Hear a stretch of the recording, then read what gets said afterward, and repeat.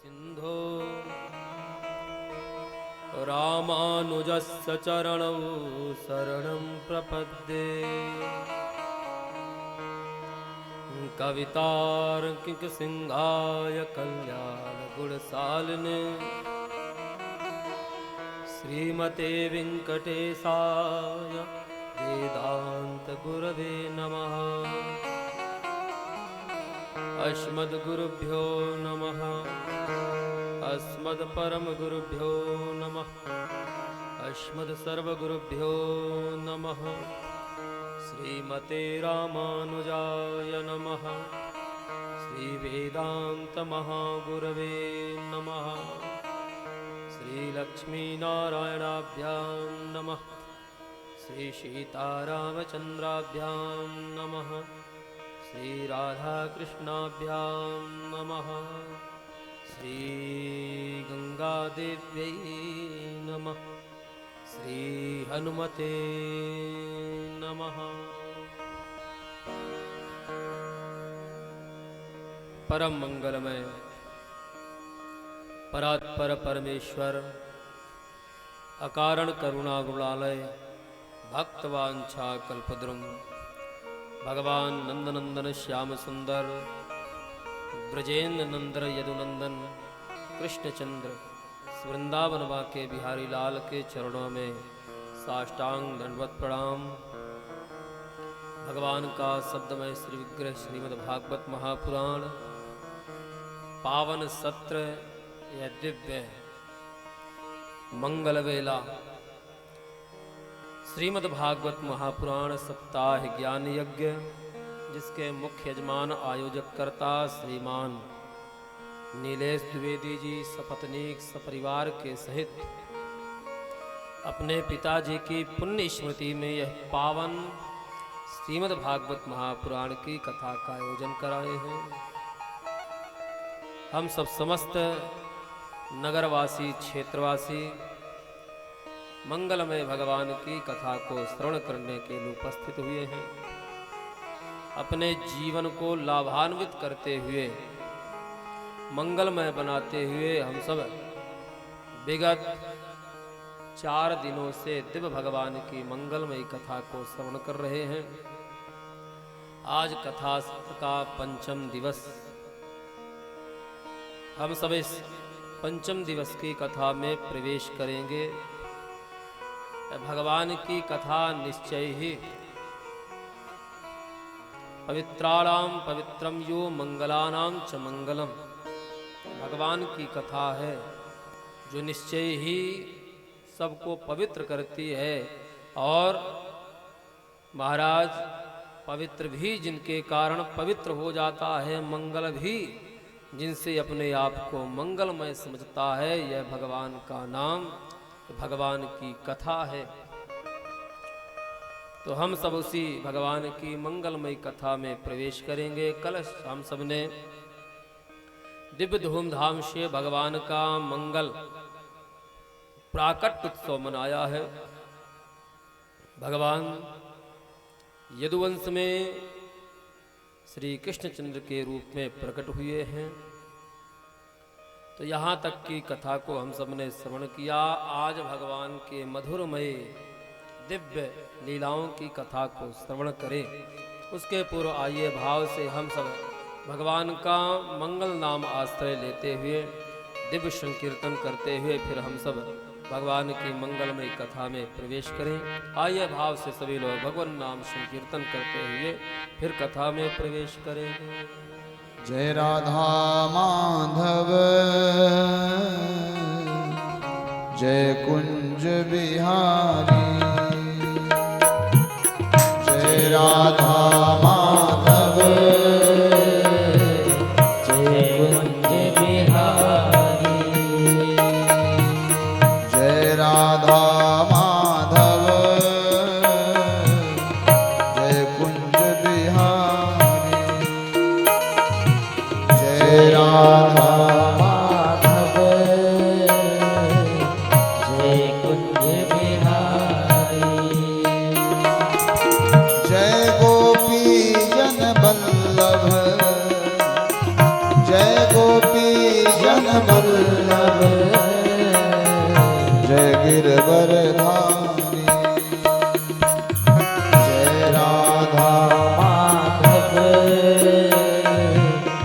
जय कुंज बिहारी जय राधा माधव जय कुंज बिहारी राधा माधव जय कुंज बिहारी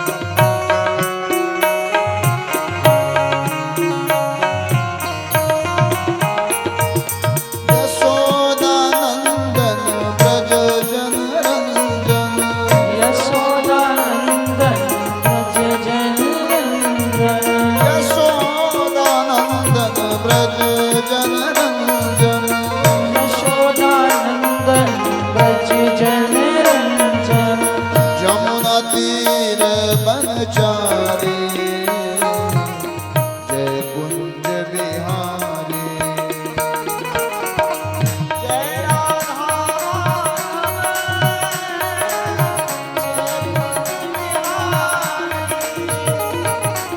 जय राधा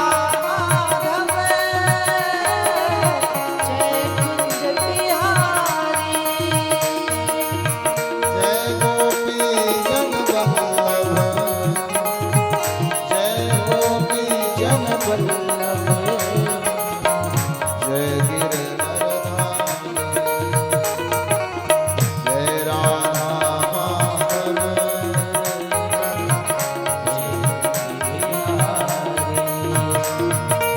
जय राधा माधव जय कुंज बिहारी हरे राम राम राम हरे कृष्ण कृष्ण कृष्ण हरे हरे हरे राम राम राम हरे कृष्ण कृष्ण कृष्ण हरे हरे जय राधा माधव जय कुंज बिहारी जय राधा माधव जय कुंज बिहारी जय कुंज बिहारी जय कुंज बिहारी वृंदावन माँ के बिहारी लाल की जय श्री भागवत भगवान की जय श्री सुखदेव जी महाराज की जय श्री परीक्षित जी महाराज की जय श्री भाष्यकार रामानुजाचार्य स्वामी जी महाराज की जय श्री वेदांत देशिक स्वामी जी महाराज की जय श्री सदगुरुदेव भगवान की जय तीर्थराज प्रयाग की जय सत्य सनातन धर्म की जय गौ माता की की जय जय जय श्री श्री राम। राधे श्याम आइए हम सब दत्त चित्त होकर के अपने मन को भगवान के चरणों में लगाते हुए हृदय में भगवान के दिव्य छटा को विराजते हुए मंगलमय भगवान की कथा को श्रवण करें। भगवान की दिव्याति दिव्य कथा, अतिमानुषी कथा, जिसे महाराज राजा परीक्षित भी कहते हैं कि हे प्रभु, आप हमें भगवान की दिव्य लीलाओं को विस्तार से श्रवण कराइए। राजा परीक्षित कहते हैं कि हे प्रभु, जब श्री सुखदेव जी ने राजा परीक्षित को पूतना मोक्ष की कथा सुनाई तो राजा परीक्षित कहते हैं आप मुझे भगवान की संपूर्ण लीलाओं की कथा को विस्तार से सुनाइए। क्यों सुनाइए? क्योंकि यत्सृण्वतोपैत्य रतिर्वितृष्णा सत्वं च शुद्ध्यत्यचिरेण पुंसः भक्तिर्हरौ तत्पुरुषे च सख्यं तदेव हरं वद मुन्नसे चेत्।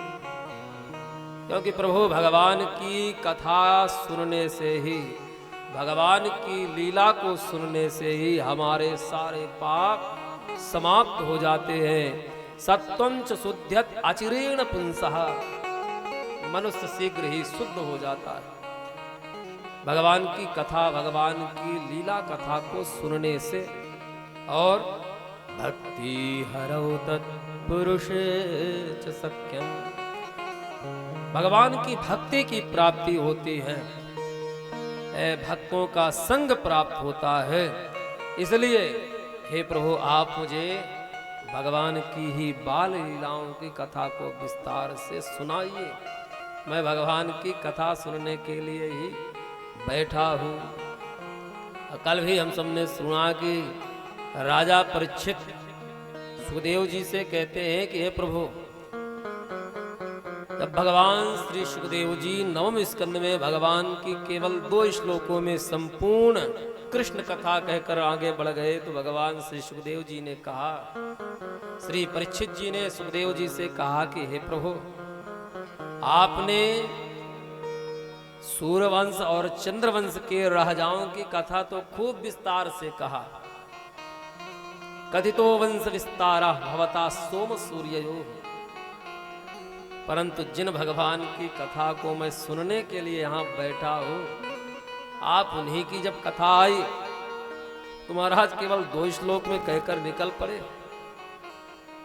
हे प्रभु, यदि आपको यह शंका हो रही हो कि हम 4 दिन से बैठे हैं, हमें भूख प्यास सता रही होगी, तो आप इसकी भी तनिक भी चिंता ना करें। क्यों? क्योंकि मैं आपके मुख कमल से महाराज भगवान की दिव्य भगवान की कथा को श्रवण कर रहा हूं। नैसाति दुस्सहाक्षुन्मां त्यक्तोदमपि बाधते पिबन्तं तन्मुखाम्भोज अच्युतं हरिकथामृतम्। पिबन्तं तन्मुखाम्भोज, आपका ये जो मुख है, इस मुखारविंद से आप भगवान की जो रसमयी अमृतमयी कथा निकल रही है, मैं इसे पान कर रहा हूं। इसलिए नैसाति दुस्सहाक्षुन्मां, इस संसार की कोई भी मुझे तृष्णा और भूख प्यास नहीं सता रही है। इसलिए आप तो प्रभु विस्तार से मुझे भगवान की ही बाल लीलाओं की कथा को श्रवण कराइए। तब भगवान श्री सुखदेव जी भगवान के प्राकट्य से लेकर संपूर्ण कथा कहना प्रारंभ करते हैं कि भगवान वसुदेव गृहे साक्षात भगवान वसुदेव के गृह में अवतार लिए हैं। परंतु यहाँ पर एक बात विचारणीय है कि हम सब जानते हैं कि भगवान कंस के कारागार में जन्म लिए हैं। सुखदेव जी कह रहे हैं कि वसुदेव गृहे साक्षात, वसुदेव जी के घर में भगवान ने जन्म लिया है। कारण महाराज न गृहम गृहमित्याहु गृहिणी गृहमुच्यते, ईंट पत्थर के मकान को घर नहीं कहते, जहां पर गृहिणी साथ में निवास करे महाराज वही घर है। इसलिए वसुदेव जी के साथ उनकी पत्नी देवकी कंस के कारागार में है, इसलिए उनके लिए वही गृह है, घर है। इसलिए महाराज सुखदेव जी कहते हैं कि वसुदेव गृहे साक्षात, भगवान वसुदेव जी के घर में प्रकट हुए हैं। भगवान का प्रागट्य होता है तो भगवान जब प्रकट हुए हैं तो किस प्रकार आए हैं? तमद्भुतम बालकम अम्बुजेक्षणम चतुर्भुजम शंख गदायुधायुधम। चार भुजा में भगवान प्रकट हुए। सुखदेव जी कह रहे अद्भुतम बालकम ऐक्षत वसुदेवम। वसुदेव जी महाराज ने अद्भुत बालक को देखा है। तो महाराज भगवान को बालक कह रहे हैं, परंतु क्या कभी ऐसा आपने बालक देखा है जो महाराज जन्म ले तो पीतांबर धारण किए हो, चार भुजा हो, तो फिर भगवान को बालक कहकर क्यों पुकारा जा रहा है? भगवान के अंदर ऐसी क्या अद्भुतता है कि सुखदेव जी कह रहे अद्भुतम बालकम ऐक्षत, अद्भुत बालक को देखा है। तो महाराज ये बालक भगवान का नाम भी है। भगवान का नाम बालक है। क्यों? क्योंकि महाराज बालः कम ब्रह्मा।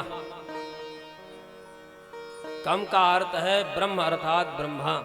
ब्रह्मा ही जिनके बालक हैं, पुत्र हैं, उन्हें बालक कहते हैं। बालः कम ब्रह्मम अशीति बालकः। ब्रह्मा जी ही जिनके बालक हैं उन्हें बालक कहते हैं। बालकः कहकर पुकारा गया है। और महाराज इसका क्या अर्थ है? तो महाराज बालानाम अज्ञानिनानाम कम आनंदम ददाति इति बालकः। बाल कहते हैं अज्ञानी को, कम कहते हैं सुखम आनंदम। कम का अर्थ है सुख आनंद। तो जो अज्ञानियों को आनंद प्रदान करे उन्हीं का नाम बालक है। और महाराज ऐसे बालक शब्द के कई अर्थ हैं। तो यहाँ पर संतों ने, विद्वानों ने बालक का अर्थ भगवान के नाम से लिए है कि ऐसे भगवान बालक के रूप में प्रकट हुए हैं। ऐसे चतुर्भुज रूप में भगवान प्रकट हुए, वसुदेव जी ने देखा है। और महाराज वसुदेव जी ने, देवकी ने भगवान की खूब स्तुति की है। अंत में मैया देवकी ने कहा कि हे प्रभु, आप मेरे पुत्र बन करके आए हैं, परंतु दिखाई तो पिता के समान पड़ रहे हैं। क्या कभी कोई पुत्र ऐसे जन्म लेता है कि जिनकी चार भुजा हो, पीतांबर धारण करके आए हो? तो कम से कम पुत्र बने हैं तो हे प्रभु आप मेरी गोद में आ जाइए, इस चतुर्भुज रूप का परित्याग करिए। उपसंहर विश्वात्मन नदो रूपमलौकिकम शंख चक्र गदा पद्म श्रियाजुष्टम चतुर्भुजम। चतुर्भुजम उपसंहार। हे प्रभु आप इस चतुर्भुज रूप का उपसंहार करिए, परित्याग करिए और नन्हे से बालक बन जाइए। जब मैया देवकी ने इस प्रकार कहा तो उसके पूर्व हे भगवान ने सारी घटना को बतला दिया कि किस प्रकार आप मुझे नंद के आंगन में पहुंचाइए। और भगवान नन्हे से बालक बन गए हैं, रुदन करते हुए गोद में आ गए हैं। महाराज भगवान प्रकट हुए तो वसुदेव देवकी की जो कंस ने बेड़ियां बांध करके रखा था, स्वतः ही वसुदेव देवकी की बेड़ियां खुल गई हैं। कंस के कारागार द्वार खुल गए हैं, सारे सैनिक मूर्छित हो गए और भगवान वसुदेव जी भगवान को लेकर के नंद के यहाँ गोकुल की ओर प्रस्थान कर रहे हैं। बवर्ष परजन न्यौपांशु गर्जितः शेषून वगाद्वार निवारयन पड़े। भगवान चले हैं तो प्रकृति भी भगवान का स्वागत कर रही है। सुंदर मेघ भी धीरे धीरे गर्जना कर रहे हैं। धीरे धीरे बारिश हो रही है, मधुर मधुर बारिश हो रही है। वसुदेव जी गोकुल की ओर जा रहे हैं, यमुना नदी को पार कर रहे हैं, बारिश हो रही है। तो महाराज आज भगवान की रक्षा के लिए, उस जल से बचाने के लिए, बारिश के जल से बचाने के लिए साक्षात भगवान शेष ही अपने 1000 फणों से भगवान के ऊपर आच्छादित कर लिए हैं। और महाराज वसुदेव जी यमुना नदी को पार करते हुए जा रहे हैं। परंतु जैसे ही वसुदेव जी यमुना नदी को पार कर रहे हैं तो यमुना नदी का भी वेग बढ़ा है, उफान आ गई है। मानो यमुना नदी कहती है कि हे प्रभु अभी तक मेरे अंदर एक ही कालिया नाग था 100 फड़ वाला, अब ये दूसरा 1000 फड़ वाला भी आ गया। हे प्रभु मैं अभी इसी के कष्ट से, इसी के कष्ट को सहन नहीं कर पा रहा हूं, अब दूसरा भी सर्प आ गया।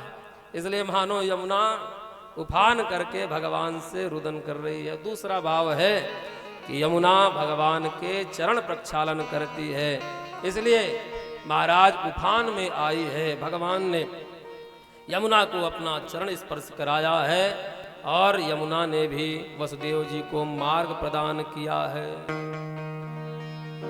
ऐसे श्री वसुदेव जी महाराज यमुना नदी को पार करके गोकुल की ओर गए हैं।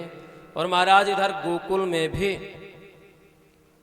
मैया यशोदा ने एक कन्या को जन्म दिया। योग माया प्रकट हुई है।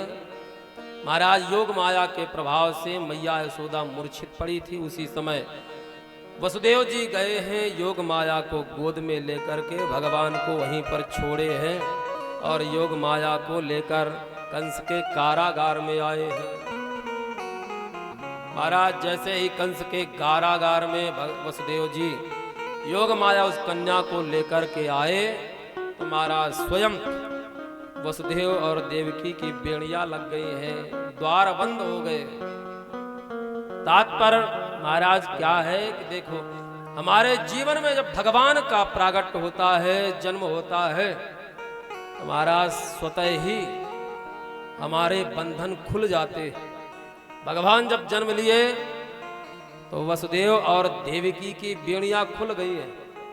और जब महाराज हमारे जीवन में माया आती है, योग माया का प्रवेश होता है, तो महाराज स्वयं बेड़ियां लग जाती है, हम बंधन में पड़ जाते हैं। योग माया आई है। महाराज सैनिक जैसे ही जागृत हुए, योग माया रुदन करने लगी। सैनिक जाग गए, समझ गए कि देवकी ने 8वें गर्भ को जन्म दे दिया है। दौड़े दौड़े कंस से जाकर बतलाया है कि हे राजन, आपके शत्रु ने जन्म ले लिया है। महाराज रात्रि में ही उठ करके वह कंस देवकी की 8वीं गर्भ को मारने की इच्छा से आया है।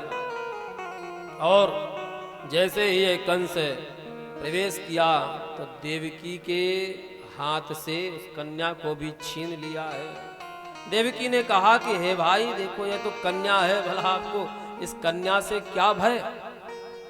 कंस ने कहा यदि देवताओं ने कहा है कि तुम्हारी 8वीं गर्भ से मुझे भय है, वह कन्या होगा या पुत्र होगा, यह नहीं कहा, इसलिए मैं इसे भी जीवित नहीं छोड़ूंगा। ऐसा विचार करके कंस देवकी के हाथ से उस कन्या को छीन लिया है। और महाराज उस कन्या को मारने के लिए जैसे ही पत्थर में फेंकने का प्रयास किया, वह कन्या कंस के हाथ से छूट करके आकाश में चली गई है।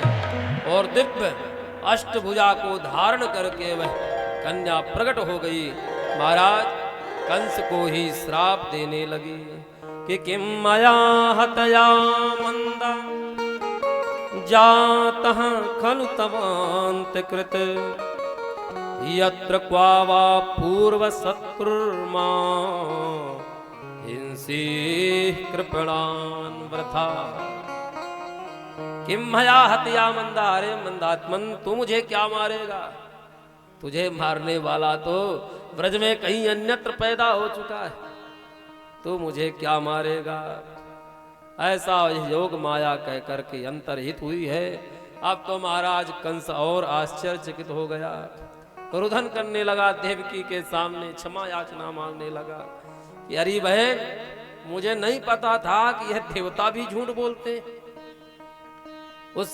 उन देवताओं ने, आकाशवाणी ने कहा था कि देवकी की 8वीं गर्भ मेरा काल होगी, मेरी मृत्यु का कारण बनेगी। और यह योग माया कह रही है कि मुझे मारने वाला ब्रज में अन्यत्र कहीं पैदा हो गया। अरे बहन मुझे पता नहीं था कि ये देवता भी झूठ बोलते हैं, मैंने तुम्हारी सारी संतानों को मार दिया। ऐसा पश्चाताप करते हुए कंस वहां से अपने महल को गया है, संपूर्ण राज्य सैनिकों को वह घटना बतलाई है कि किस प्रकार उस योग माया ने मेरे काल के विषय में बतलाया है।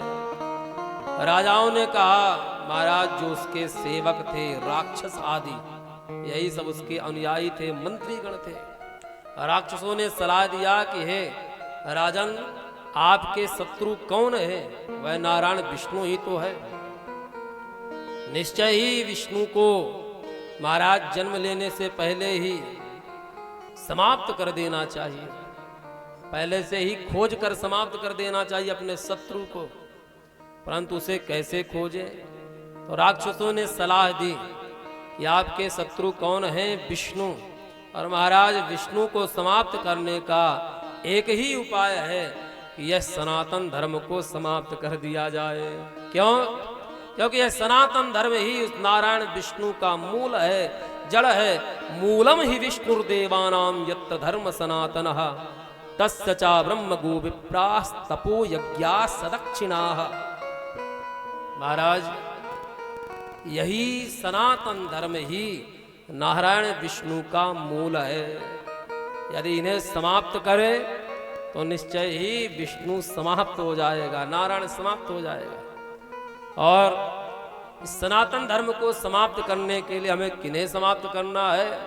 तो महाराज सनातन धर्म के अंग हैं विप्राः गावश्च वेदाश्च तपः सत्यम दमाः समः श्रद्धा दया तितिक्षा च क्रतवश्च हरेस्तनु। ये सब सनातन धर्म के अंग हैं महाराज, शरीर हैं भगवान नारायण के। कौन कौन? तो महाराज प्रथम है विप्राः। जहां भी ब्राह्मण दिखे पहले ब्राह्मणों को समाप्त करो, क्योंकि पहली जड़ है ये ब्राह्मण। क्योंकि महाराज आज यदि सनातन धर्म जीवित है, सनातन धर्म रक्षित है तो केवल ब्राह्मणों के कारण। तो महाराज पहल काम है पहले इन ब्राह्मणों को ही समाप्त करो। यदि ब्राह्मण समाप्त हो गए तो निश्चय ही सनातन धर्म के समाप्त होने में तनिक भी समय नहीं लगेगा। और दूसरा अंग है गावा, गाय। ये भी सनातन धर्म के अंग है। गायों को समाप्त किया जाए। यदि गाय समाप्त हो गई तो ब्राह्मण भी समाप्त हो जाएंगे। महाराज तीसरे हैं वेद। वेदों को समाप्त किया जाए। सनातन धर्म के जितने भी शास्त्र हैं इन्हें समाप्त किया जाए, निश्चय ही अपने आप वह नारायण समाप्त हो जाएगा। जितने भी तपस्वी हैं, याज्ञकार हैं महाराज, जितने भी याज्ञिक अनुष्ठान हैं इन्हें समाप्त करो तो निश्चय ही वह नारायण समाप्त हो जाएगा। और फिर आपका शत्रु इनकी रक्षा के लिए जहां कहीं भी होगा तो निश्चय ही रक्षा करने के लिए आएगा, तब आप उन्हें समाप्त कर देना। यह राक्षसों ने कंस को सलाह दी, तब तो महाराज कंस के यह बात समझ में आ गई। कंस का अत्याचार बढ़ा है, इन्हीं गाय ब्राह्मणों पर अत्याचार बढ़ा है। और महाराज सुखदेव जी कहते हैं कि सताम विद्वेषमाचेरु रारादागत मृत्यवा। महाराज अरादागत मृत्यवः, जिसकी मृत्यु निकट आ जाती है तो वह ऐसे ही सताम विद्वेषम, सज्जनों से पहले विद्वेष करता है। जिसकी मृत्यु निकट आ जाती है वह पहले सज्जनों को सताना प्रारंभ करता है। सुखदेव जी कहते हैं तो आज वही कंस संतों को ब्राह्मणों को मारना प्रारंभ किया है। कंस का अत्याचार बढ़ा है। और इधर महाराज सुखदेव जी कहते हैं कि जब से वसुदेव जी भगवान को नंद के महल में यशोदा के आंगन में छोड़ करके आए हैं, तो इधर नंद बाबा को जब पता चला कि मुझे इस समय इस अवस्था में पुत्र की प्राप्ति हुई है, तो महाराज खूब धूमधाम से उत्सव मनाया है।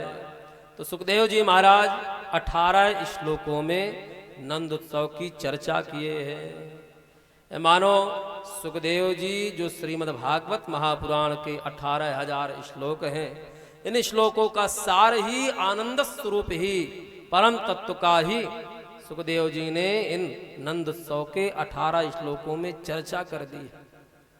या यूं कहें जो गीता के 18 अध्याय हैं, उन अध्याय का परम तत्व ही श्री सुखदेव जी ने नंद उत्सव के 18 श्लोकों में चर्चा की है। तो 18 श्लोकों में दिव्य नंद श्री सुखदेव जी महाराज नंद उत्सव की चर्चा कर रहे हैं।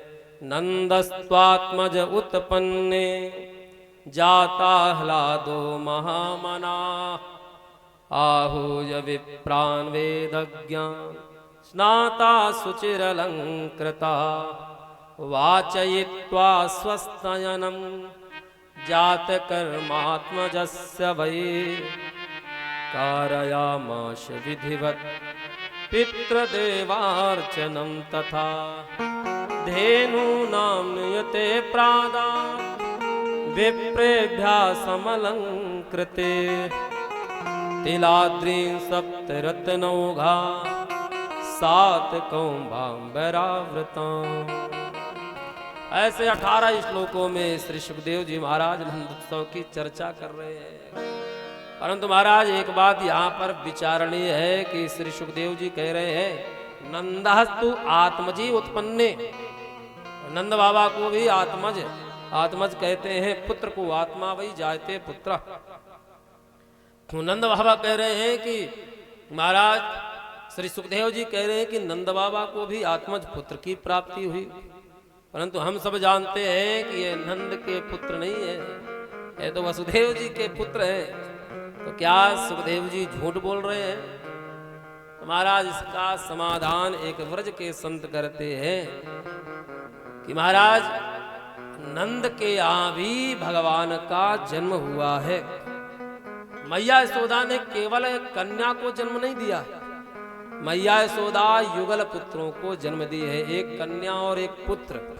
पुत्र के रूप में भगवान ही मैया यशोदा के गर्भ से जन्म लिए हैं। तो महाराज वसुदेव जी जो मथुरा में प्रकट हुए भगवान को गोकुल में लेकर के आए हैं, तो जो मथुरा वाले भगवान है वह मैया यशोदा ने जिन भगवान को प्रकट किया उन्हीं भगवान में आकर लीन हो गए हैं। ऐसे एक व्रज के संत ने इसका समाधान किया है।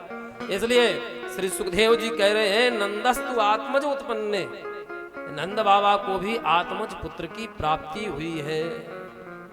और महाराज जब उन्हें पुत्र की प्राप्ति हुई, जब उन्हें सूचना मिली तो उन्होंने क्या किया? जाता ह्लादो महामना, महाराज आनंदित हुए। क्यों? क्योंकि महाराज उन्हें पुत्र के रूप में आनंद की ही प्राप्ति हुई है। महाराज जाता ह्लादा, नंद बाबा को पुत्र के रूप में ह्लाद अर्थात आनंद की ही प्राप्ति हुई है। इसलिए हम सब कहते हैं कि नंद के आनंद भयो, नंद बाबा को आनंद की प्राप्ति हुई। आनंद कौन है? भगवान ही है। वैसे महाराज नंद बाबा को पुत्र की प्राप्ति हुई तो सबसे प्रथम काम उन्होंने क्या किया? आहूय विप्रान् वेदज्ञान् स्नाता शुचिरलंकृतः।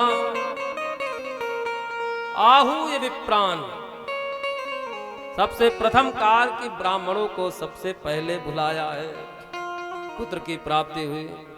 और महाराज कैसे ब्राह्मणों को? तो वेदज्ञान विप्रान् आहूय, वेदज्ञ ब्राह्मणों को नंद बाबा ने बुलाया है। केवल नाम मात्र के ब्राह्मण नहीं, जो केवल नाम के ब्राह्मण है। वेदज्ञान विप्रान्, वेदज्ञ ब्राह्मणों को नंद बाबा ने बुलाया है। और क्या किया? स्नातः शुचिरलंकृतः, सुंदर स्नान किया है और अपना श्रृंगार किया है, अलंकृत हुए हैं। क्यों? क्योंकि महाराज ये भगवान का पूजन करने जा रहे हैं, देवताओं का पूजन करने जा रहे हैं। तो देवताओं का पूजन हमें देवताओं के समान ही बनकर करना चाहिए। महाराज देवो भूत्वा देवं यजेत, देवताओं के समान ही बन करके हमें देवताओं का पूजन करना चाहिए। और हम सब क्या करते हैं कि भगवान का पूजन करते हैं, स्नान किए, महाराज वस्त्र तक सही से पहनते नहीं हैं और महाराज कपड़े पहनते पहनते हमारी सारी पूजा हो जाती। 2 अगरबत्ती घुमाए, कपड़े पहन रहे हैं, हनुमान चालीसा का पाठ हो रहा है। तो ऐसा नहीं, सुंदर स्नान करके शुचि अलंकृत होकर श्रृंगार करके महाराज देवताओं का पूजन करना चाहिए। नंद बाबा ने सुंदर श्रृंगार किया है। उसके बाद ब्राह्मणों ने सुंदर स्वस्ति वाचन का पाठ किया है, स्वस्तयन का पाठ किया है और देवताओं का पूजन कराया है। महाराज देवताओं का तो पूजन करा ही रहे हैं, साथ में ब्राह्मणों ने महाराज पितरों का भी पूजन कराए हैं। क्यों? क्योंकि हमारे सनातन धर्म में परंपरा है कि जहाँ पर हम देवताओं का पूजन करते हैं वहीं पर हम अपने पितरों का भी पूजन करते हैं। कोई भी छोटा भी याज्ञिक अनुष्ठान हो तो उसमें देवताओं के पूजन के साथ हम अपने पितरों का भी पूजन करते हैं। पितरों का पूजन क्या है? नंदी मुख श्राद्ध आचार्यगण कराते हैं, तो नंदी मुख श्राद्ध ही यह पितर पूजन है। नंदी मुख श्राद्ध करी जात कर्म सब कीन। वहां पर श्री दशरथ जी महाराज ने भी नंदी मुख श्राद्ध किया है। जब भगवान की प्राप्ति हुई तो आज नंद बाबा भी नंदी मुख श्राद्ध किए हैं, देवताओं का पूजन किया, पितरों का पूजन किया। इसके बाद ब्राह्मणों को खूब दान दिया है। धेनु नाम नियते प्रादान विप्रेभ्यासमलंकृत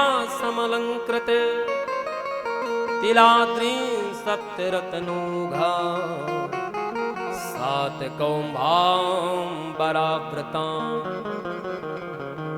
महाराज नंद बाबा ने खूब दान किया है। क्यों?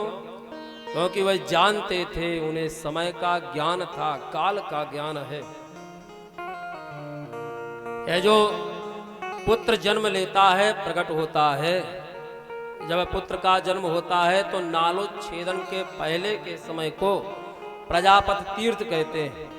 और महाराज इस समय में किया गया दान अक्षय दान कहलाता है, नालोच्छेदन के पहले, क्योंकि सूतक काल भी नालोच्छेदन के बाद ही लगता है, इसलिए नालोच्छेदन के पहले ही दान कर लेना चाहिए। परंतु महाराज यह आज का तो समय ही चला गया है, क्योंकि पुत्रों का जन्म हॉस्पिटल में होता है, जन्म लेते ही पहले नालोच्छेदन हो जाता है और नालोच्छेदन होते ही सूतक काल लग जाता है। तो महाराज यह तीर्थ भी समाप्त ही हो गया है। तो ऐसे नंद बाबा को ज्ञान था, इसलिए उन्होंने खूब ब्राह्मणों को दान किया है। तो पहले क्या किए हैं? धेनु नाम नियते प्रादात विप्रेभ्यासमलंकृते। महाराज सबसे पहले नंद बाबा ने ब्राह्मणों को गाय का दान किया है। 2 लाख गायों का दान किया है। क्यों? क्योंकि हमारे सनातन धर्म में हमारे यहाँ गाय ही सबसे बड़ी संपत्ति है। महाराज क्योंकि जहां पर गायों का निवास है वहीं भी ऐश्वर्य संपत्ति बनी रहती है। महाराज इसलिए नंद बाबा ने गायों का दान किया है। विद्यते गोश संपन्नम, जहां पर गायों की सेवा होती है, गाय निवास करती है, महाराज संपन्नता वहीं रहती है।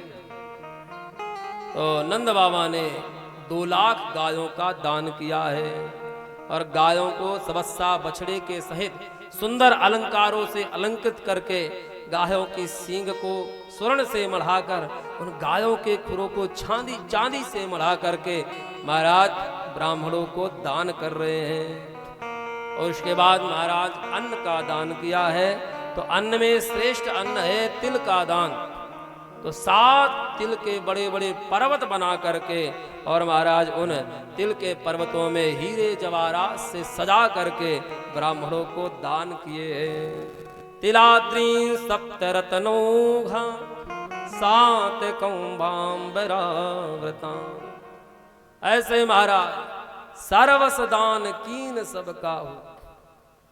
नंद बाबा ने खूब लुटाया है, खूब दान किया है। यहाँ पर एक श्लोक है, तो बड़ा ही महत्वपूर्ण है। सुखदेव जी कहते हैं कि कालेन स्नान शौचाभ्यम संस्कारी तपसेज्ययः शुद्ध्यन्ति दानैः संतुष्ट्या द्रव्याणि आत्मात्मविद्या। महाराज, कालेन, काल के द्वारा, समय के साथ भूमि की शुद्धि होती है। ऐसा नहीं है कि जो भूमि अपवित्र है, अशुद्ध है, तो वह जीवन भर अपवित्र ही रही आए।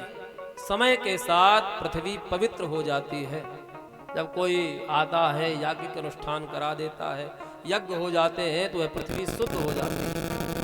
तो कालेन शुद्ध्यन्ति, कालेन भूमि शुद्ध्यन्ति, काल के द्वारा पृथ्वी शुद्ध होती है। स्नान, स्नान से हमारा शरीर की शुद्धि होती है। शौचाचार से वस्त्रों की शुद्धि होती है। संस्कार ही शुद्ध्यन्ति, और संस्कार के द्वारा गर्भगत, गर्भ की शुद्धि होती है। महाराज, इसीलिए हमारे सनातन धर्म में समय समय पर संस्कारों का विधान किया गया है। जब से जीव गर्भ में आता है, तब से महाराज उसके लिए संस्कार का विधान किया गया है, क्योंकि संस्कार से ही गर्भ की शुद्धि होती है।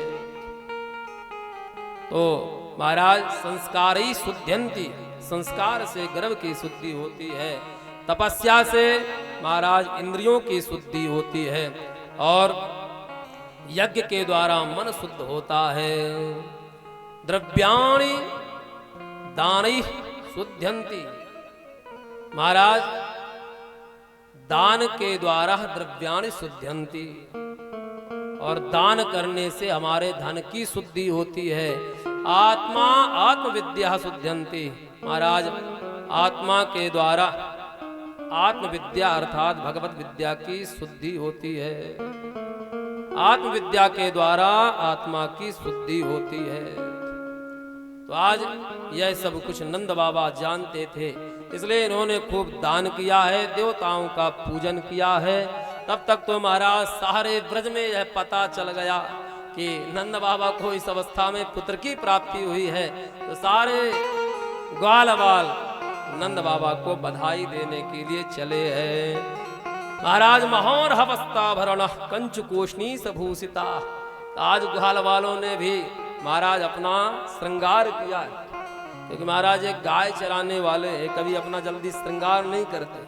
जब कोई उत्सव होता है तभी महाराज ये अपने वस्त्र निकालते हैं।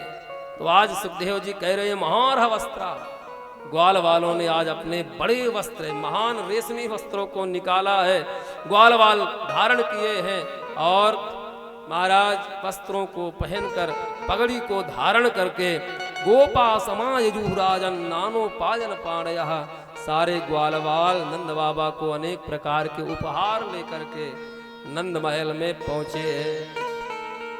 गोपियों को भी जब पता चला कि मैया यशोदा ने पुत्र को जन्म दिया है, गोप्यश्चाकृण्य मुदिता यशोदाया सुतोद्भवम् आत्मानं भूषयान चक्रुर वस्त्राकल्पांजनादिभिः।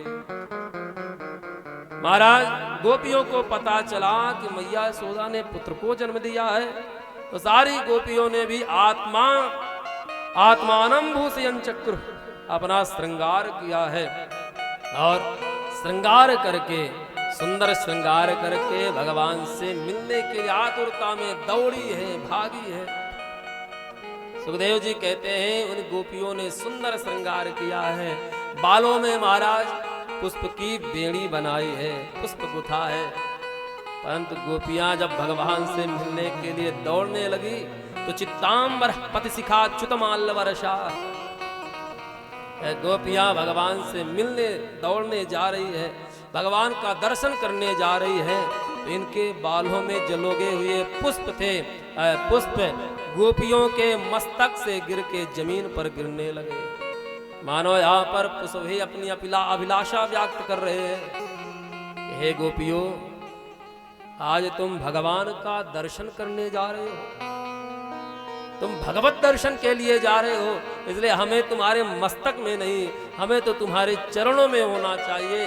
मानो इसलिए पुष्प गोपियों के मस्तक से गिर करके पथिच्युता मार्ग में गिर गए हैं।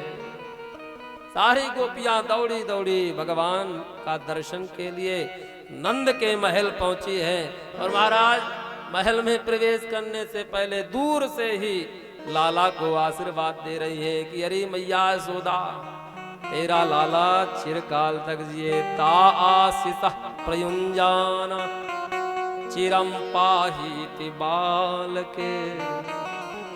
अरे मैया यशोदा, तेरा लाला चिरम पाहिति, चिरकाल तक जिए, चिरंजीवी रहे।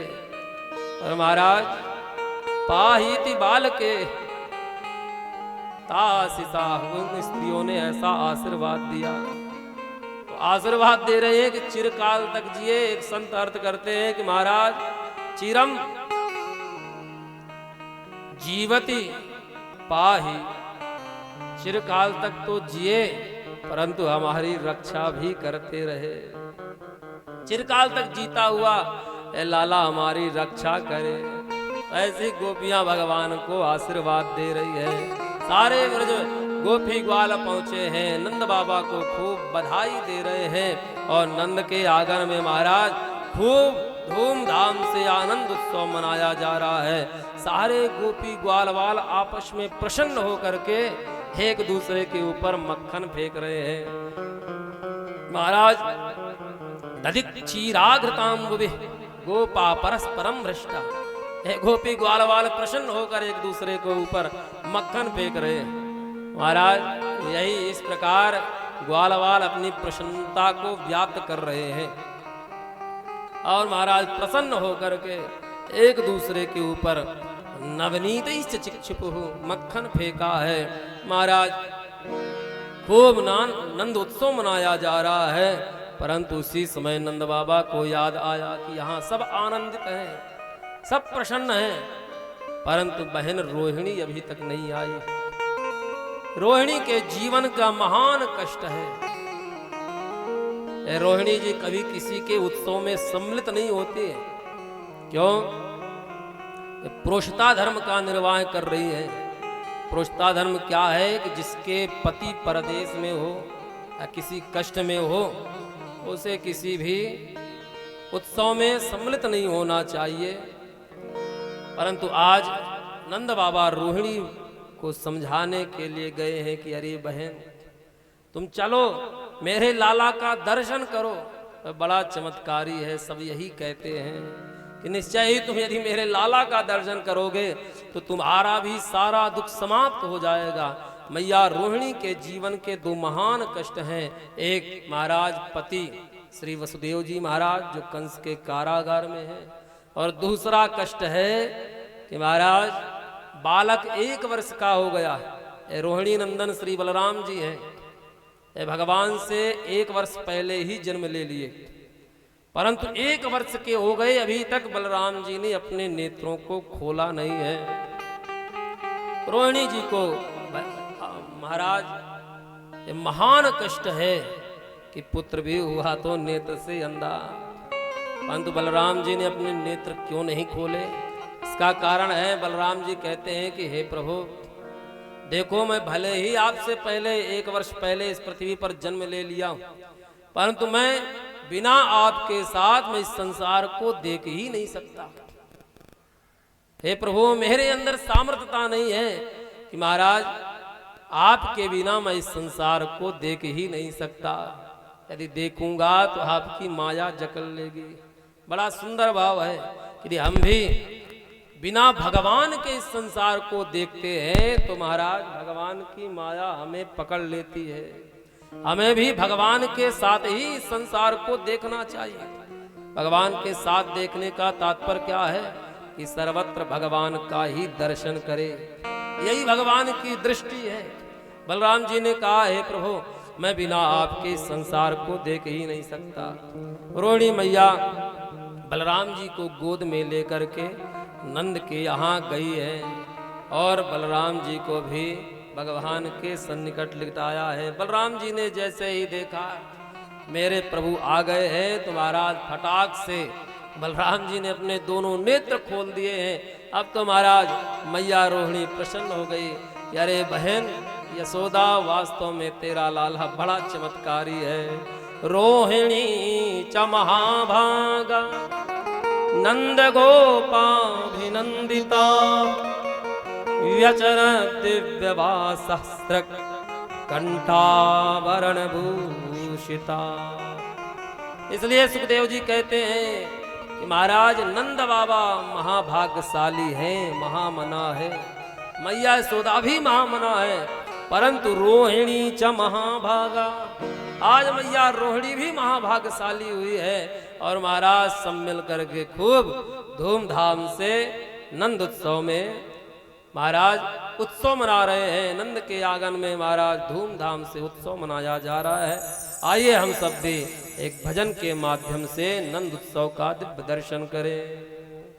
यशोदा तेरो चिरजीव लाल कन्हैया, यशोदा तेरो चिरजीव लाल कन्हैया, यशोदा तेरो चिरजीव लाल कन्हैया, यशोदा तेरो चिरजीव लाल कन्हैया, चिरजीव लाल कन्हैया,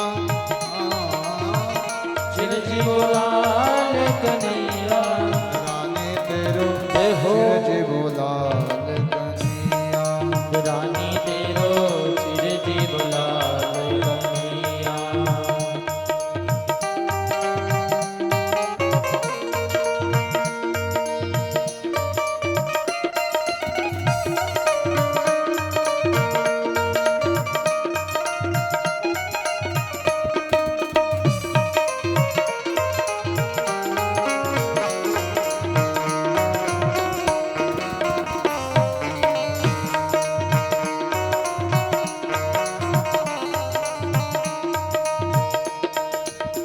मथुरा में हरि जन्म लियो है, मथुरा में हरि जन्म लियो है, मथुरा में हरि जन्म लियो है, मथुरा में हरि जन्म लियो है, गोकुल बजत बधैया, गोकुल बजत बधैया, यशोदा तेरो चिरजीव लाल कन्हैया, रानी तेरो चिरजीव लाल कन्हैया। राधे।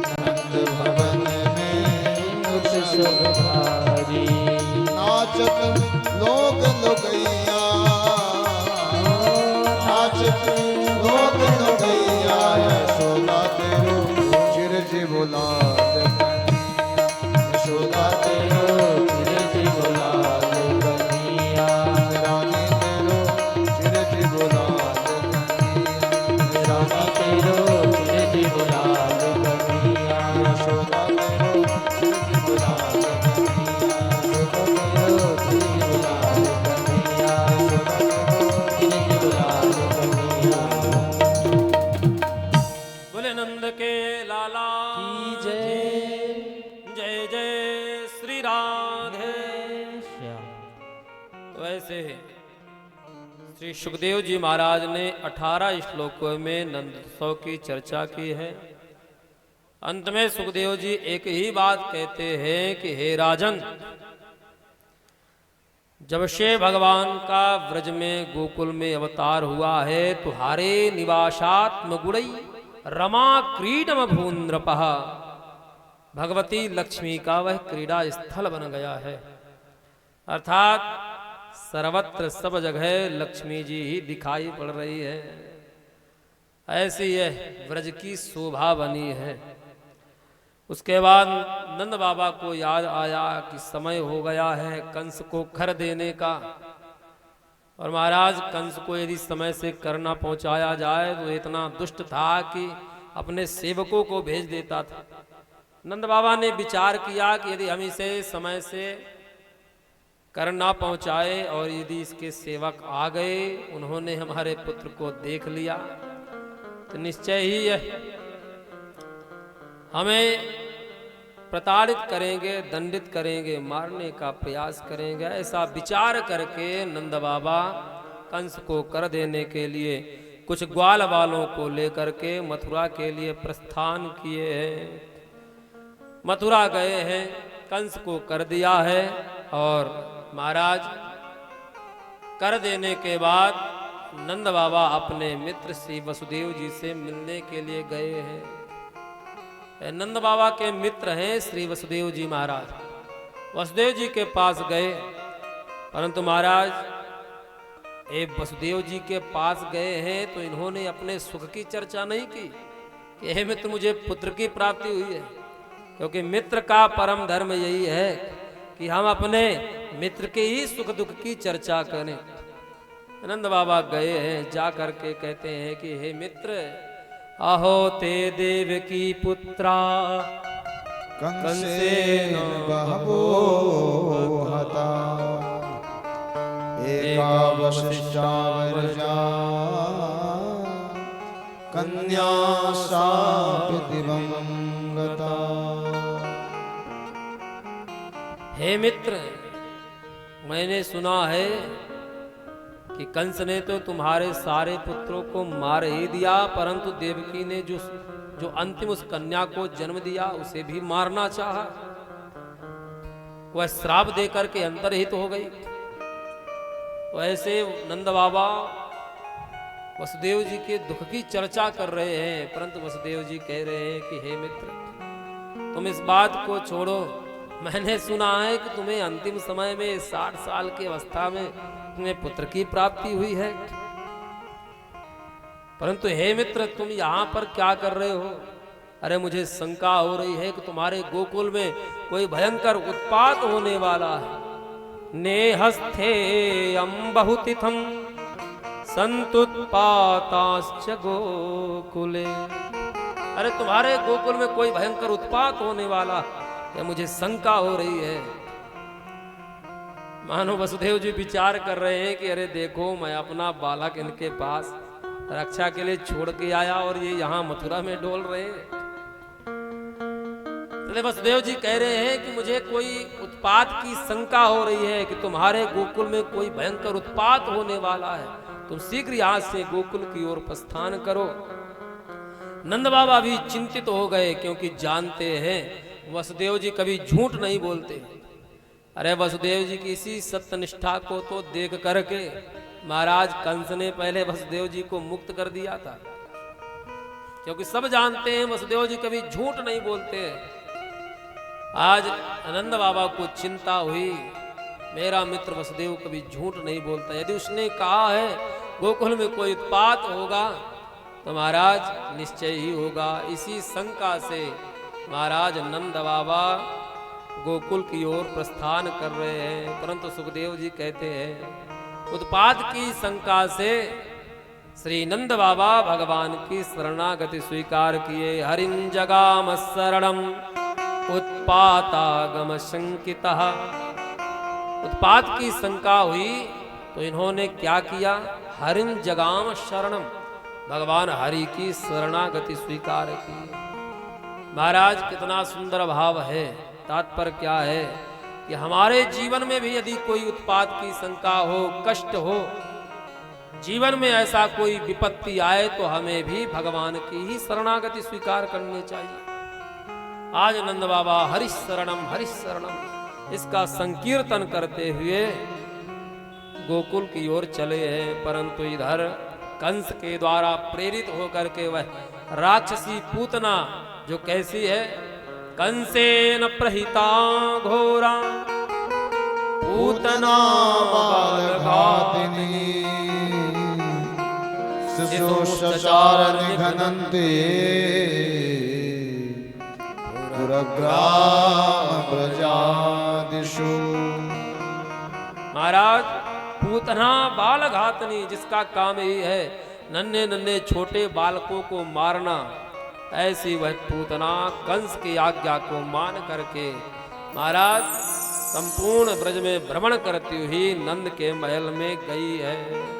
सुखदेव जी कहते हैं इस पूतना ने महाराज माया के द्वारा ऐसे अपने सुंदर स्वरूप को बनाया कि सारे ब्रजवासी पूतना को देखकर चकित हो गए। ब्रजवासियों ने विचार किया कि नंद के यहाँ जो भगवान आए हैं साक्षात नारायण हैं, और लगता है उन्हीं नारायण का दर्शन करने के लिए उनकी भगवती पत्नी साक्षात भगवती लक्ष्मी ही आ गई है। पूतना को देखकर ब्रजवासियों ने विचार किया, गोप्या श्रीहम दृष्टुमिवागताम पतिम, लगता है अपने पति का दर्शन करने के लिए भगवती लक्ष्मी ही उतर आई है। ऐसा स्वरूप महाराज पूतना ने बनाया है। महाराज ऐसे स्वरूप को बना करके महल में सीधे प्रवेश की है। किसी ने पूतना से कोई कुछ भी पूछा भी नहीं, बिना रोक टोक महाराज पूतना सीधे पहुंची है और देखा कि महाराज लाला पालने में सो रहे हैं, नेत्र बंद किए हुए। जैसे ही पूतना भगवान के पास पहुंची है तो भगवान नेत्र बंद कर लिए हैं। विबुद्धतां बालकमारिकाग्रहं चराचरात्मा सनिमीलिते क्षणा। सुखदेव जी कहते हैं चराचरात्मा सनिमीलिते क्षणा, वह भगवान चर अचर जीवों की जो आत्मा है, ऐसे भगवान ने नेत्र बंद कर लिए हैं पूतना को देखकर। संतों ने अनेक भाव दिए हैं कि भगवान ने पूतना को देखकर आखिर नेत्र क्यों बंद कर लिए, क्योंकि महाराज ये पूतना कौन है, राक्षसी है, दुष्टा है, और भगवान कभी दुष्टों पर अपनी दृष्टिपात नहीं करते। दुष्टों पर महाराज दुष्टों की ओर देखते भी नहीं है, इसलिए मानो भगवान ने नेत्र ही बंद कर लिए हैं।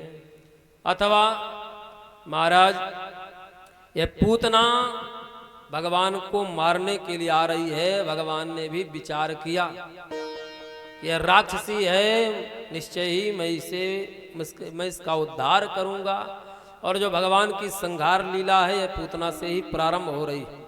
मानो भगवान नेत्र बंद करके मंगलाचरण कर रहे हैं, ये संहार लीला प्रारंभ हो गई। अथवा महाराज यह जो पूतना है अपने स्तनों पर कालकूट जहर भर कर लाई है भगवान को मारने के लिए।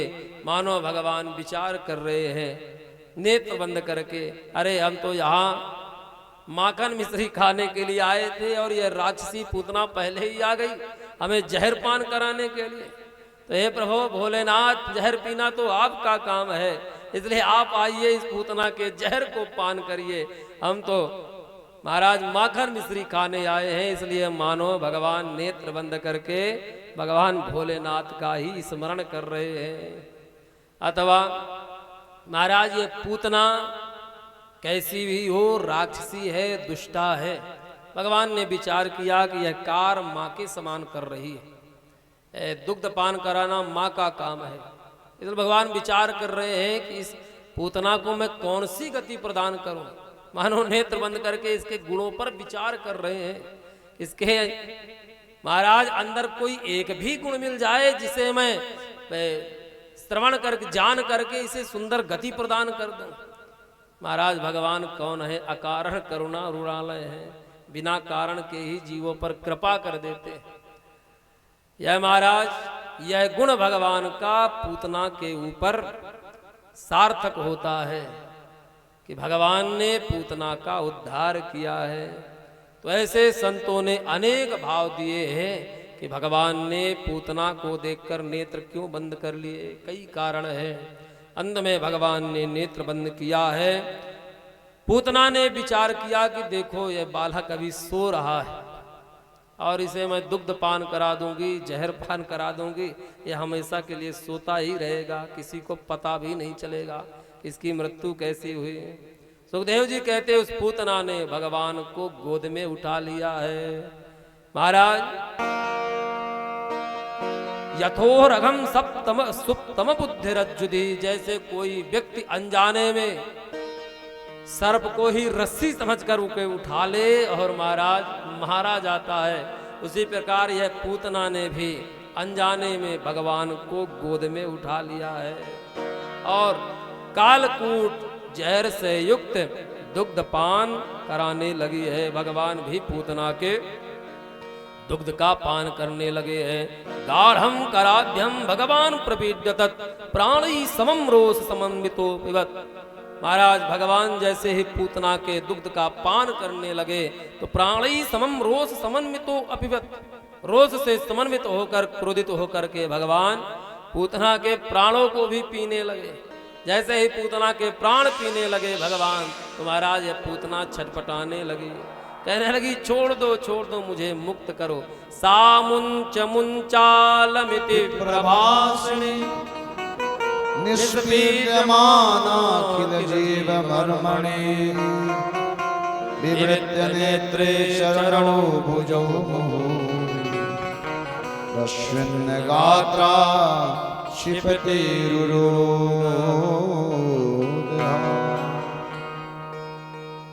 पूतना जोर जोर से चिल्लाने लगी, सा मुंच मुंच, मुंच का अर्थ है मुक्त करो, छोड़ दो मुझे, छोड़ दो।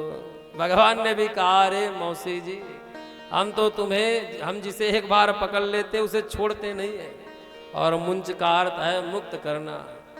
मानो पूतना कह रही कि हे प्रभु, अब बहुत हो गया इस संसार में, आप मुझे मुक्ति प्रदान करो। भगवान कहते हम तुम्हें मुक्त करने ही आए हैं। ऐसे भगवान ने पूतना के प्राणों को पान किया है।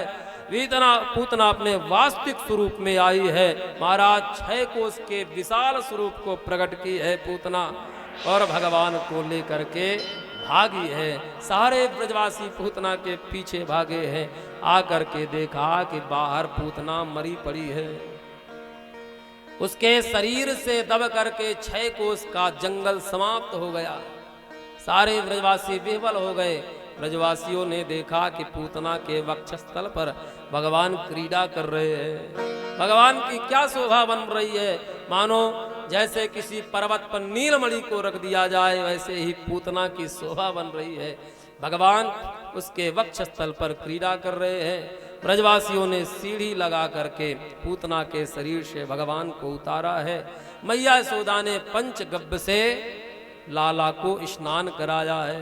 मैया यशोदा कह रही है, मेरे लाला ने मुर्दा छू लिया, एक राक्षसी का स्पर्श कर लिया। इसलिए मैया यशोदा महाराज गाय के पंचगव्य गोमूत्रे स्नापित्वा पुनर्गोरजसार्भकम। मैया यशोदा आज अपने लाला को गाय के मूत्र से, गोबर से, गाय के रज से, गाय के धूल से लाला को स्नान करा रही है। और फिर गाय के पूंछ से ही भगवान के 12 नामों से झारा लगा रही है। तो ऐसे मैया यशोदा ने भगवान के लिए यह पंचगव्य से स्नान करा के, दुग्ध पान करा करके पालने में शयन कराया है। उसी समय सारे ब्रजवासी वहां पर उपस्थित हुए। नंद बाबा आ गए। आकर के देखा कि यहाँ विशाल कोष में यह पूतना मरी पड़ी है। तब तो विश्वास हो गया कि मेरा मित्र वसुदेव ठीक ही बोल रहा था। और महाराज फिर सारे ब्रजवासियों ने पूतना के शरीर से दबकर जो जंगल टूट गया था उसी को काट कर एकत्रित किया, और महाराज पूतना के शरीर को जलाया गया है। सुखदेव जी कहते हैं, जैसे इस पूतना के शरीर को ब्रजवासियों ने जलाया तो दह्यमानस्य देहस्य धूमश्चागुर सौरभा। इस पूतना के शरीर से ऐसी दिव्य सुगंध निकली कि सारा ब्रजमंडल महाराज सुगंधित हो गया। क्योंकि इस पूतना ने भगवान के स्पर्श को प्राप्त कर लिया, इसलिए जितने भी इसके पाप थे, कलमश थे, वह समाप्त हो गया। इसका शरीर शुद्ध हो गया था, पवित्र हो गया था। तो महाराज ऐसे भगवान ने पूतना का उद्धार किया। सुखदेव जी कहते हैं कि हे राजन, जो इस पूतना मोक्ष की कथा को सुनता है, कहता है निश्चय उसे भगवान की भक्ति की प्राप्ति होती है। महाराज सुखदेव जी ने किसी भी भगवान की लीला की फलश्रुति नहीं गाई, परंतु पूतना मोक्ष की फलश्रुति विशेष रूप से सुखदेव जी गान कर रहे हैं। ये तत्पूतना मोक्षम कृष्णस्यार्भकमद्भुतम् शृणुयात् श्रद्धया मर्त्यो गोविंदे लभते रतिम्। शृणुयात् श्रद्धया मर्त्यो, जो श्रद्धा भाव से इस पूतना मोक्ष की कथा को सुनता है, निश्चय उसे भगवान की भक्ति की प्राप्ति होती है। यह पूतना मोक्ष की कथा की फलश्रुति विशेष रूप से सुखदेव जी ने क्यों बतलाई? क्योंकि महाराज इसी लीला को श्रवण करके ही महाराज सुखदेव जी की समाधि छूटी थी। सुखदेव जी जो जंगल में, गुफा में महाराज निर्गुण निराकार की सत्ता का ध्यान करते थे, उन्हीं का स्मरण करते थे, तब उन्होंने व्यास शिष्यों के द्वारा इसी श्लोक पूतना मोक्ष की लीला को ही सुना था। अहो बकीयम स्तनकालकूटम जिघांसयापा ययदाप्यसाध्वी लेभे गतिं धातृचितां ततोऽन्यं कम्बादयालुं शरणं व्रजेम। महाराज इसी लीला को सुनकर तो सुखदेव जी महाराज इस संपूर्ण श्रीमद् भागवत महापुराण की कथा पढ़ने के लिए, सुनने के लिए आए हैं। इसलिए महाराज इस पूतना मोक्ष की लीला को सुखदेव जी विशेष महत्व दे रहे हैं। सुखदेव जी ने जब सुना कि अहो आश्चर्य है, वह बकासुर की बहन पूतना जो भगवान को मारने की इच्छा से आई, भगवान ने उसे भी माता के समान गति प्रदान कर दिए। महाराज सुखदेव जी की समाधि छूट गई। कम्बा दयालुम शरणम व्रजेम, अरे इस संसार में इनसे बड़ा दयालु कोई हो सकता है? महाराज ऐसे भगवान शरणागत भक्त वत्सल है, भगवान से बड़ा दयालु इस संसार में कोई नहीं है। तो ऐसे सुखदेव जी इसी मोक्ष की कथा को सुन करके इस संपूर्ण श्रीमद् भागवत महापुराण की कथा पढ़ने के लिए आए हैं।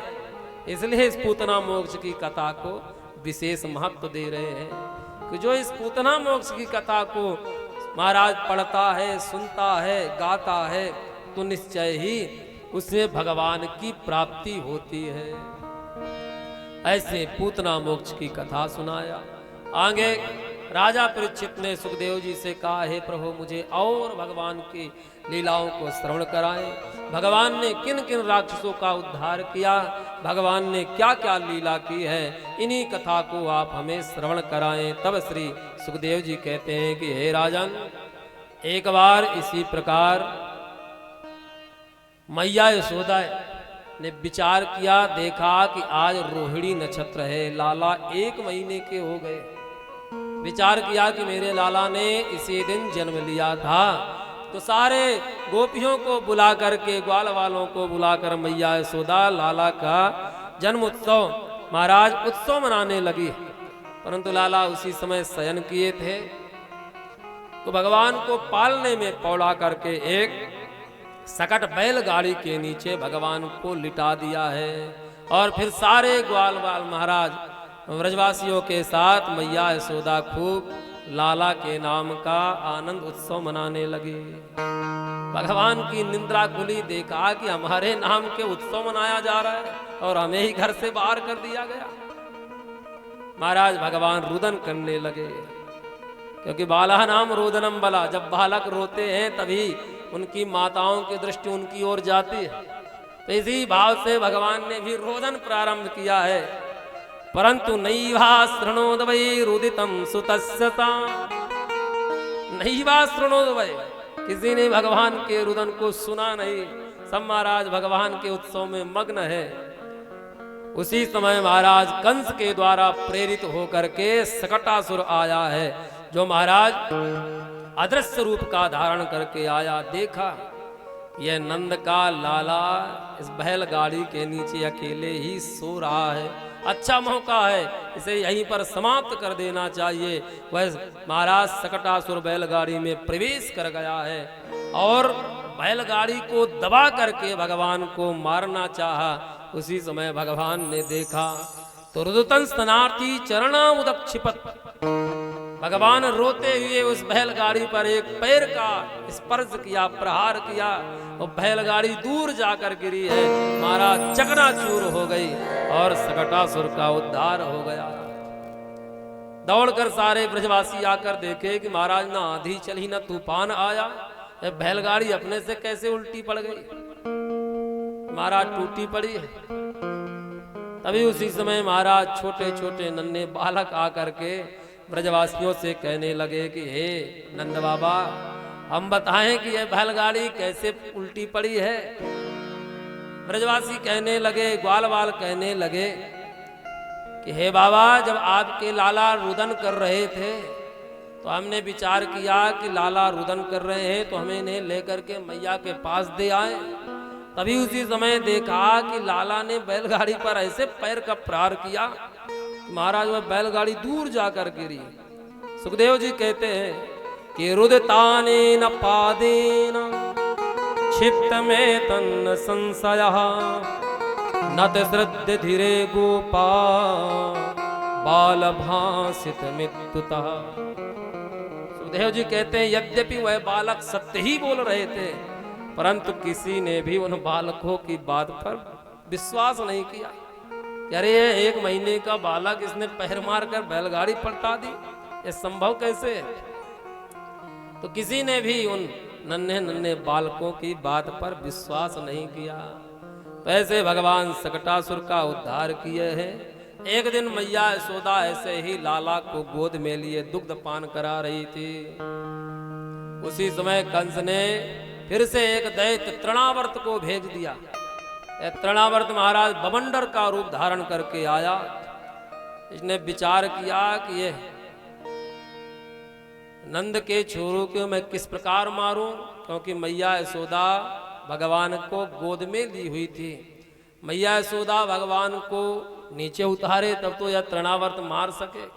भगवान ने भी विचार किया कि इस तृणावर्त का उद्धार कैसे हो, मैया यशोदा हमें छोड़े तब तो हम इसे मार सकेंगे। तो महाराज मैया यशोदा लाला को गोद में ली थी। उसी समय भगवान ने अपने वजन को बढ़ाया है। गरिमाणम शिशोर बोढ़ुम नसे हे गुरुकूटवत भूमौ निधाय तम गोपी विस्मिता भार पीड़िता। भूमौ निधाय तम गोपी, भगवान ने अपने वजन को इतना बढ़ाया कि महाराज मैया यशोदा भी चकित हो गई। अरे मेरा अभी नन्हा सा बालक लाला, इसका वजन इतना कैसे बढ़ गया। विचार की, लगता है जो मैं इतनी देर से इन्हें गोद में ली हुई दुग्ध पान करा रही थी, इसी कारण से इतना दूध पी लिया है कि इसका वजन बढ़ गया।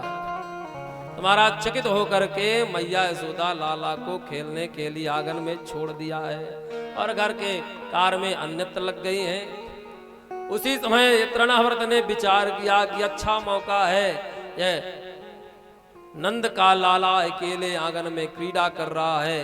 महाराज बवंडर का रूप धारण बना करके भगवान को लेकर के ब्रज से बाहर जाने लगा।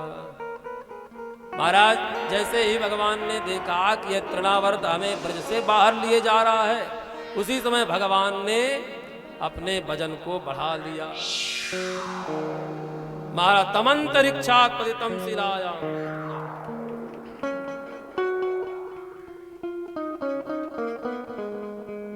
भगवान ने देखा कि यह तृणावर्त हमें ब्रज से ही बाहर लिए जा रहा है। तो उसी समय भगवान ने वजन बढ़ाया है और तृणावर्त के महाराज गले को पकड़ लिया है।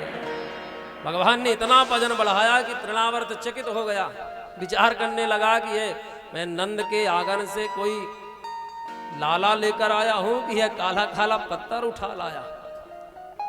महाराज भगवान ने देखा कि यह राक्षस हमें पत्थर का दर्शन कर रहा है, इसकी ऐसी बुद्धि है। तो महाराज उसके गले को पकड़ करके उसको पत्थर में ही ले जाकर के पटक दिया। और महाराज भगवान ने इस प्रकार तृणावर्त का उद्धार कर दिया है। आगे भगवान की अनेक बाल लीलाओं की चर्चा हम सब श्री सद्गुरुदेव भगवान के मुखारविंद से श्रवण करेंगे। हम सब के बीच में प्रातः स्मरणीय परम पूज्य श्री सद्गुरुदेव भगवान का आगमन हो रहा है। हम सब खड़े होकर के सद्गुरुदेव भगवान का स्वागत करेंगे। बोले भाष्यकार रामानुजाचार्य स्वामी महाराज की जय।